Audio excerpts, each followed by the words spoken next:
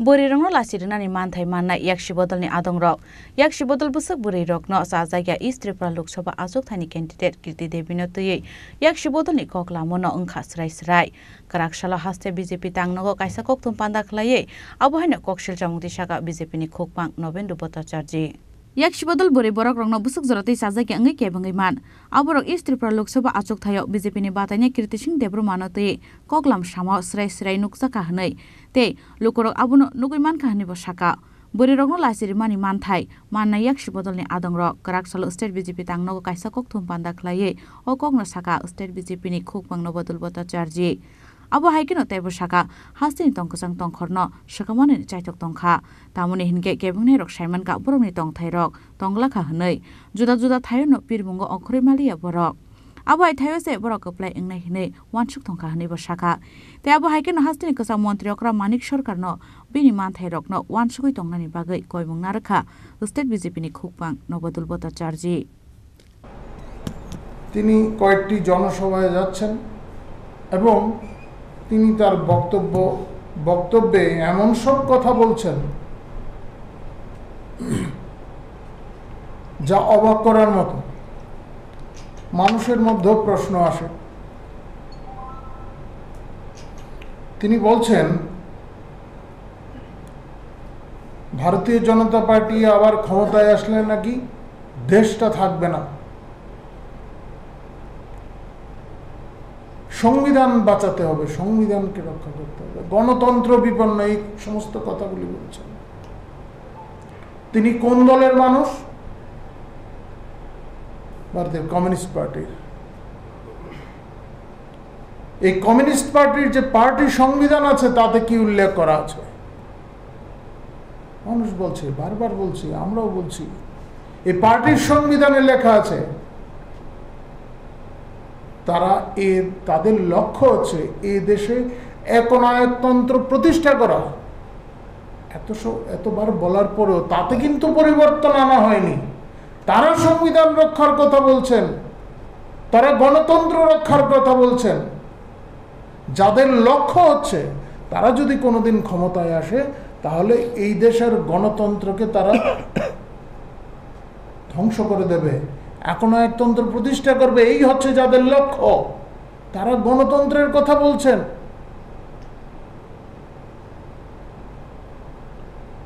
দেশকে বাঁচাতে হবে দেশ নিয়ে তাদের কি ব্যাখ্যা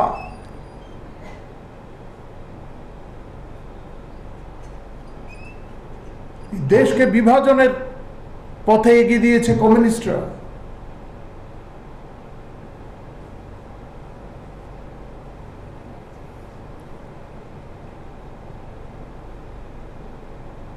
বারংবার তারা এই কাজগুলি করেছে এখনো কংগ্রেসের মাধ্যমে তারা বিভাজনের পথ খুঁজছে যে সমস্ত বিশ্ববিদ্যালয়ে তাদের সংগঠন আছে এই বামপন্থীদের সংগঠন আছে সেখান থেকে এই আওয়াজগুলি ওঠে বিভাজনের কথা ওঠে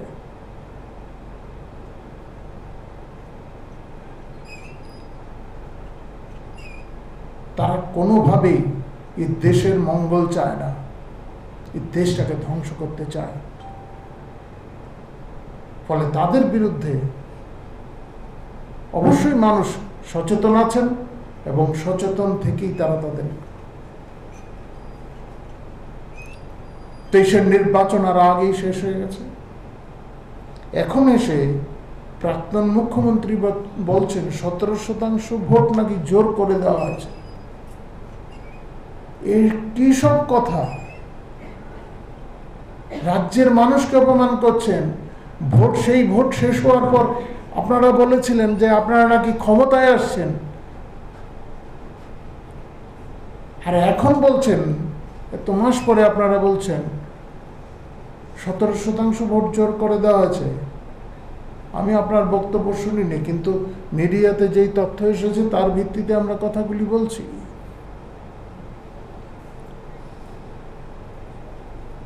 কেমন ধরনের কথা এতদিন ধরে আপনি রাজ্যটাকে শাসন করলেন আর আপনি এই ধরনের কথাবার্তা বলতে পারেন? আপনি এই দলের সর্বোচ্চ নেতা এই রাজ্যের, আপনি যদি এই ধরনের অসত্য কথা বলেন, আপনি অসত্য বলছেন এই রাজ্যে কাজ নেই, খাবার নেই, কোথায় আছে দৃষ্টান্তটা দেখান আপনারা। আমাদের প্রত্যাশী বিপ্লব কুমার দেব চ্যালেঞ্জ করেছেন, জবাব দিন, দেখান দৃষ্টান্তটা কোথায়।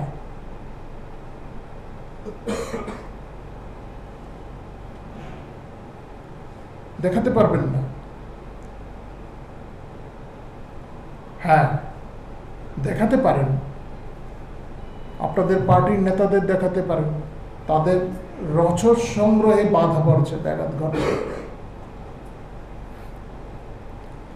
কারণ গাঁজা চাষের উপর প্রতিবন্ধকতা এসছে, ড্রাগস ব্যাপারীদের ধরপাকড় চলছে, অবৈধ ব্যবসা বন্ধ, আপনারা রসদ সংগ্রহ করতে পারছেন না।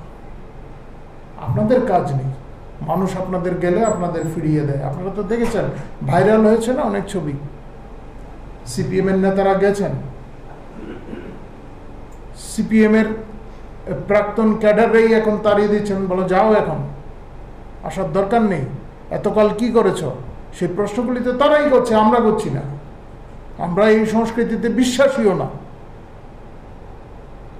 জবাব তো তারা দিচ্ছে, ফলে কাজ নেই তাদের। সাধারণ মানুষের কাজ আছে। ঠিক আছে, এই রাজ্যের মানুষ, এই রাজ্যের যুবারা বহিরাজ্যে যেতেই পারেন, বিদেশে যেতেই পারেন তাদের কাজের জন্য, কিন্তু এমন দৃষ্টান্ত আজকের দিনে আছে যারা বাইরে কাজ করতেন এখন রাজ্যে ফিরে এসেছেন, সহোদ্যোগী হিসাবে নিজেদের প্রতিষ্ঠিত করেছেন, এমন দৃষ্টান্ত অনেক আছে। অন্য অনেকের কর্মসংস্থান করে দিয়েছেন।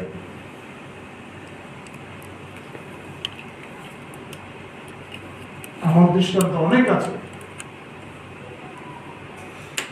তবে তিনি স্বীকার করেছেন, কিন্তু বামেরা ভোট চাইতে গেলে, বাম নেতারা ভোট চাইতে গেলে তাদের অনেকেই গাল বন্ধ করছেন, এটা উনি স্বীকার করেছেন। স্বাভাবিকভাবেই করবে, স্বাভাবিকভাবেই করবে। এতদিন আপনারা কি করেছেন? যতদিন ক্ষমতায় ছিলেন ততদিন কি করেছেন? আর এখন ক্ষমতা হারিয়ে এত কম সময়ের মধ্যে আপনাদের এমন দুরবস্থা হলো যে কংগ্রেসের সঙ্গে আপনাদের গাঁটছড়া বাঁধতে হবে। এতদিন আপনারাই অভিযোগ করতেন কংগ্রেস এনএলএফটি তৈরি করেছে, আপনারাই বলতেন। বিধানসভায় দাঁড়িয়ে বলেছেন এই প্রাক্তন মুখ্যমন্ত্রী, বিধানসভায় দাঁড়িয়ে বলেছেন, সেই রেকর্ড আছে।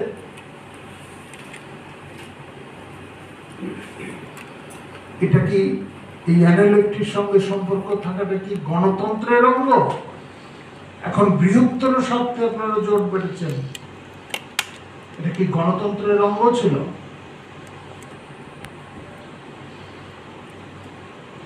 কংগ্রেস নীতি উবে যাচ্ছে, ঠিক আছে, কংগ্রেস অভিযোগ করেছে তৈরি, এবং বিভিন্ন সময় দৃষ্টান্ত দেখানো হয়েছে কারা কারা। আজকের দিনে এসে গণতন্ত্র রক্ষার কথা বলছেন আপনারা, যারা গণতন্ত্রকে আপনারা মানেন না। আপনাদের পার্টি দর্শনে তা নেই, আপনারা গণতন্ত্রের বিরোধী, আপনারা এই দেশে গণতন্ত্রকে ধ্বংস করতে চান, আপনারা নায়কতন্ত্র প্রতিষ্ঠা করতে চান।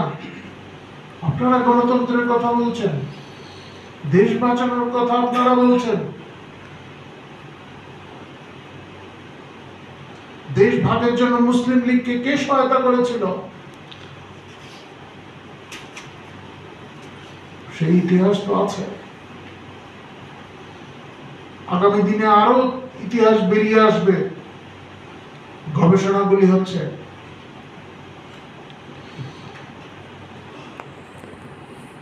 2014 সালে নরেন্দ্র মোদীর নেতৃত্বে সরকার প্রতিষ্ঠিত হওয়ার পর আন্তর্জাতিক ক্ষেত্রে দেশের মান বৃদ্ধি পেয়েছে, মর্যাদা বৃদ্ধি পেয়েছে, বিভিন্ন ক্ষেত্রে সাফল্য আসছে। হ্যাঁ, চীন তা পছন্দ করছে না, অবশ্যই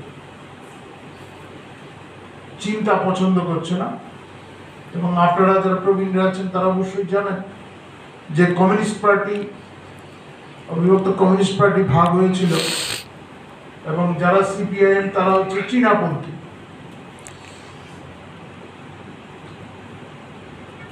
ভারতের অগ্রগতি চীনের পছন্দ হচ্ছে না, সেটা স্বাভাবিক। আর চীনাপন্থীরা তা পছন্দ করবেন এমনটা ভাবার কোনো কারণ নেই। যাই হোক, দীর্ঘদিন মুখ্যমন্ত্রীর দায়িত্বে থাকার পর এখন এই রাজনীতিতে নিজেকে ভাসিয়ে রাখার জন্য এমন সব বিভ্রান্ত তথ্য না দিলেই ভালো।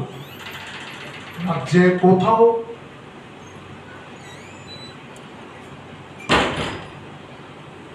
কাজের অভাব নেই, খাদ্যের অভাব নেই, তা বলার অপেক্ষায় রাখে, প্রয়োজনের তুলনায় অধিক আছে। তারপর আপনি সন্তান বিক্রির অভিযোগ ছিলেন, সেগুলি তো বাম জামানায় হতো, অহরহ সংবাদপত্রে এগুলি প্রকাশিত হতো।